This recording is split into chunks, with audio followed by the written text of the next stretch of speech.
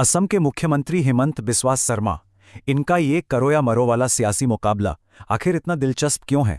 हाल ही में असम में छप्पर फाड़ वोटिंग हुई। आंकड़ा 75% के भी पार चला गया। इतने ऐतिहासिक आंकड़े बड़े बदलाव का इशारा होते हैं। क्या ये भारी मतदान मौजूदा नेतृत्व के हक में है? इस पूरे दांव को समझने के लिए थोड़ा पीछे चलते हैं। हेमंत ने सत्ता का संतुलन एकदम पलट दिया था। जो 2011 में महज कांग्रेस के मैनेजर थे, वो 2016 तक बीजेपी के गेम चेंजर बन गए। उनके आते ही सत्ताधारी पार्टी का वोट शेयर 2021 तक 33% पहुंच गया। सत्ता बरकरार रही। कांग्रेस छोड़कर नई पार्टी में आने के बाद उन्होंने बहुत जल्द खुद को हिंदुत्व का सबसे बड़ा चेहरा बना लिया। पर इस तेज उदय के साथ टकराव भी पनपा। पुराने कार्यकर्ताओं को बाहरी नेताओं के दबदबे से काफी चिंता है। आलोचक उनके प्रशासन पर ध्रुवीकरण, पारिवारिक भ्रष्टाचार और बाहरी नेताओं को तरजीह देने जैसे बेहद गंभीर सवाल उठाते हैं। आरोप है कि बाहर से आए नेताओं के लिए पार्टी के पुराने और वफादार कार्यकर्ताओं को साइडलाइन कर दिया गया। जानकार इसे ऐसी सेंट्रलाइज्ड व्यवस्था मानते हैं जहां पूरे मंत्रिमंडल की पूर्ण शक्ति सिर्फ एक ही व्यक्ति के पास है।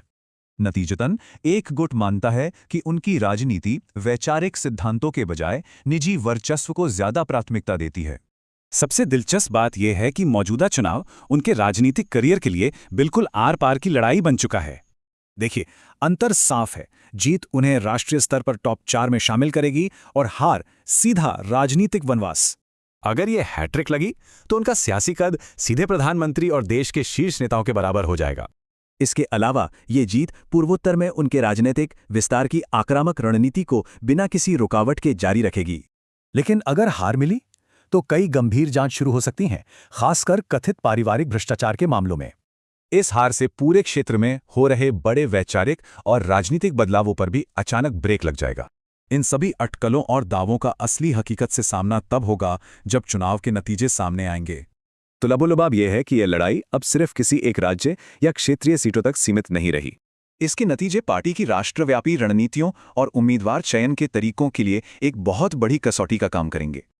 अंत में एक बड़ा सवाल, क्या बाहर से आए नेता लंबे समय तक वफादार जमीनी कार्यकर्ताओं की जगह ले पाएंगे?